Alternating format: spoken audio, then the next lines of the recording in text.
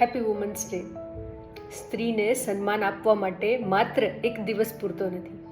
સ્ત્રી પાત્ર એવું છે કે તે દરેકના જીવનનો આધાર. એક સ્ત્રી પહેલાં દીકરી બને, પછી બહેન બને, પછી પત્ની બને અને અંતે માતા બનીને આખું ઘર સંભાળે છે.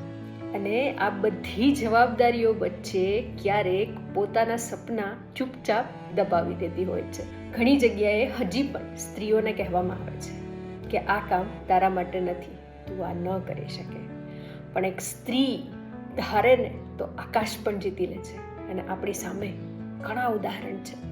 આથી મહિલા દિવસ એટલે ફૂલ આપવું કે પછી પોસ્ટ મૂકવી એ નથી.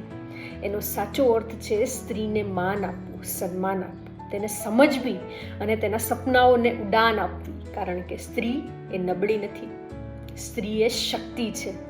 ઘર બનાવે છે, સમાજને બનાવે છે અને આખી દુનિયાને આગળ વધવાની શક્તિ આપે છે. બધી બહેનો અને માતાઓને મહિલા દિવસની હાર્દિક શુભકામનાઓ.